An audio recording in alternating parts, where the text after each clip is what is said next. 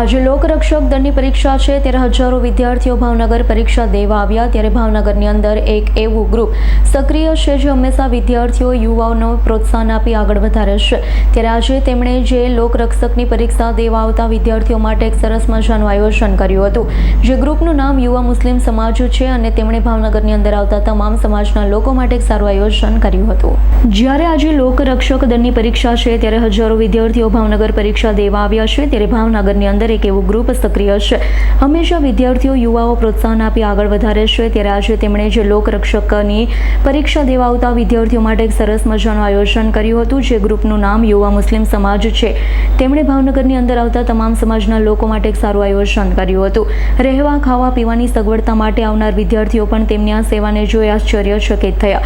ખૂબ ખૂબ આભાર માન્યો હતો। વાત કરીએ તો ભાવનગરનો આ યુવા મુસ્લિમ સમાજ આવી અનેક સેવા આપતું રહ્યું છે। વાત કરીએ તો યુવા મુસ્લિમ સમાજે ભાવનગરના સાંચીવાડ મેમણ જમાત ખાતા તમામ વિદ્યાર્થીઓ જે દૂરથી 200 કિલોમીટર દૂરથી આવતા હતા તેમની માટે એવી સારી વ્યવસ્થા કરી છે। તમામ વિદ્યાર્થીઓ તેમનો આભાર વ્યક્ત કર્યો છે અને કહ્યું હતું આવનારા સમયમાં અમે પણ આવી કોઈ વ્યવસ્થાનું આયોજન કરીશું।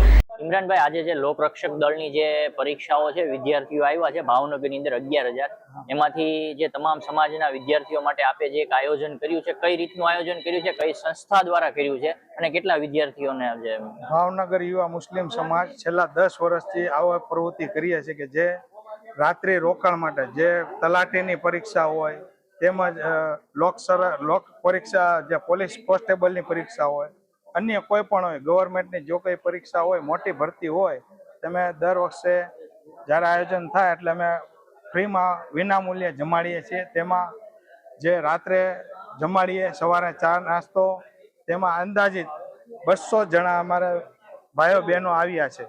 ભાવનગરમાં જો આયોજનની વાત કરીએ તો આજે કઈ જગ્યાએ તમે આયોજન કર્યું છે? ભાવનગરની અંદર ઘાચીવાડ મેમણ જમાતખાનાની અંદર ભાવનગર યુવા મુસ્લિમ સમાજ અન્ય ઘણી પ્રવૃત્તિ કરતી આવે છે। અને આજે જે આયોજન કર્યું હતું એ તમામ સમાજ માટે હતું કે ખાલી મુસ્લિમ સમાજને દીધા? દરેક સમાજ માટે। અમે ભેદભાવ કોઈ વસ્તુ કરતા નથી। અમારે માટે દરેક ભાઈ હિન્દુસ્તાનના નાગરિક અમારા ભાઈ બહેન છે।